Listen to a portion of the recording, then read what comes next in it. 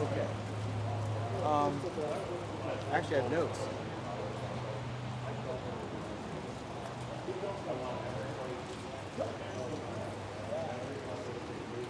Okay, neither budget proposal, either from the Obama administration or from Congressman Ryan, truly does what needs to happen long term. It's all about entitlements. Neither side wants to talk about maybe raising the Social Security entry age for folks like us, not for my parents or your parents. Um, what really should we do? And one cuts, I think, 6 trillion, one cuts 4 trillion, and the different priorities. Is Congress ever going to really, or the president, administration, are they ever going to really tackle this in a way? Well, I think you need to look at the history. I mean, you're talking about a Congress and a president who completely failed to adopt the budget last time. Completely failed. The president, and let's not forget, the president introduced his budget. He introduced his budget back in a couple of months ago, and his budget, his original budget, it didn't cut spending, it increased spending. It doubled the debt, the amount of debt in 10 years, doubled it. So what's the record of the 112th Congress? Well, we've adopted an FY11 budget that cut spending.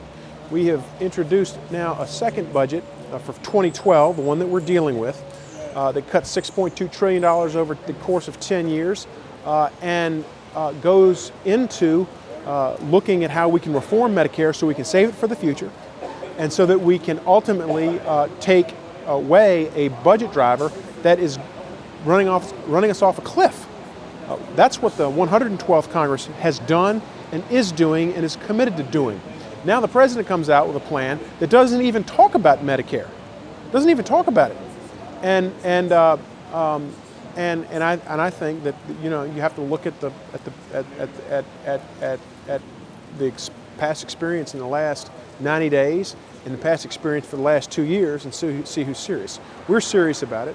I think the Paul Ryan, to the contrary of your statement, I think the Paul Ryan plan does address the long-term spending issues, as you correctly point out. Specifically Social Security. Well, Social Security is absolutely dealt with in the Ryan plan, but there is no plan of action that is laid out as of yet.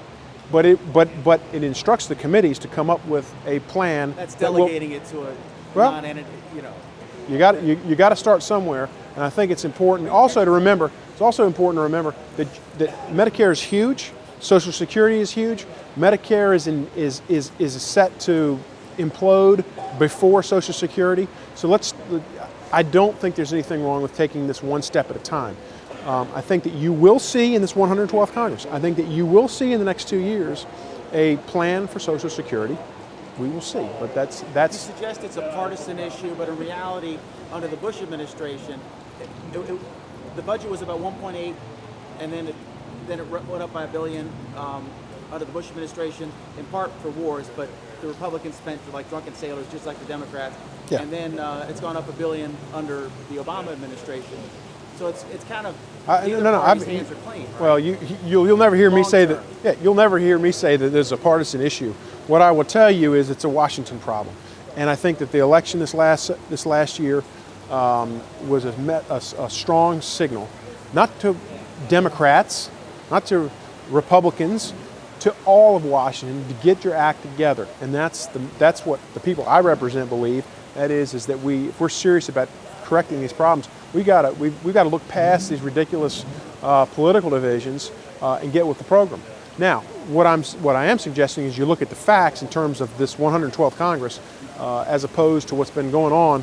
Unfortunately for the Democrats, who controlled the House, the Senate, and the White House for the last 2 years, and that's my simple point. But I would agree with you 100%. It's been Republicans and Democrats who have gotten us into a position where we have $1.6 trillion deficit spending.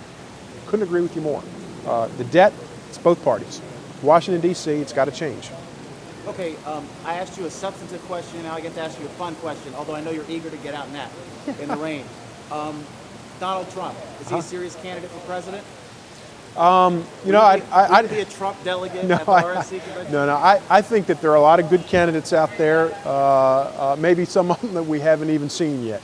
I'm glad Mr. Trump is engaged and is helping us move the debate forward, and I look forward to following him. I don't know enough about him to be able say I would support him.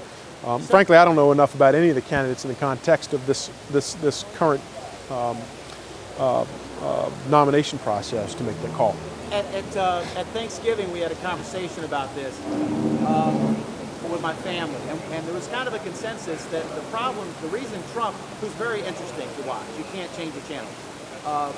One of the problems is that the Republican field is largely, all the top tier folks are either policy wonks that aren't super exciting, or popular Republican candidates that would perhaps be slightly marginalized in a general election, like Ron Paul, who's a favorite, but could he win?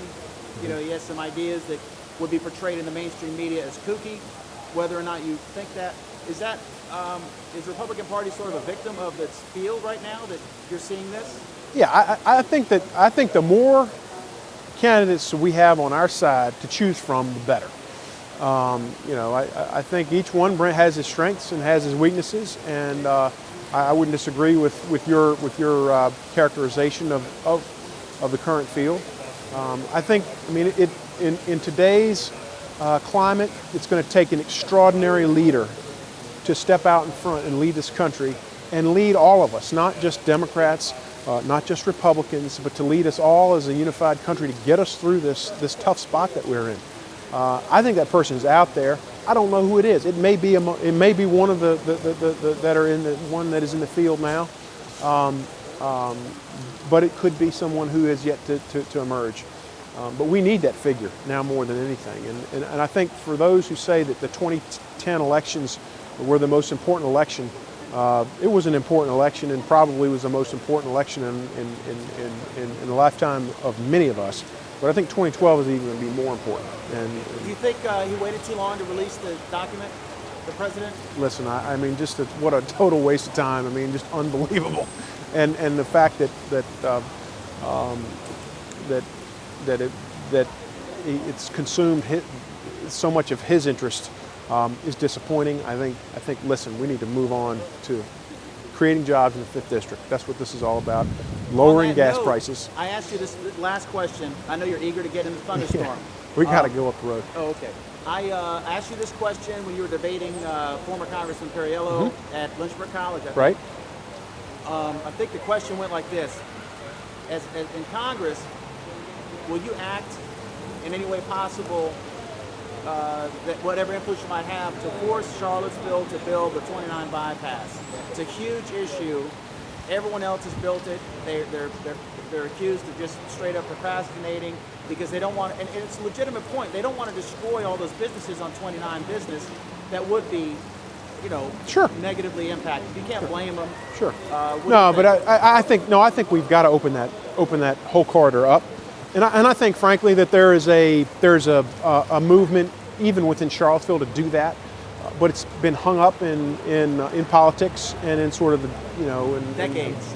For decades, and it's something that needs to move. I have committed to interested parties that I want to facilitate that conversation and move it in the right direction. And we've been in touch with people about trying to set those meetings up so we can hopefully move forward on that. But I couldn't agree with you more. We need that desperately to encourage job growth here in the 5th District. Thank you, sir. Thanks, Dan. Appreciate it. Don't steal my microphone. Yeah, okay. Won't do it.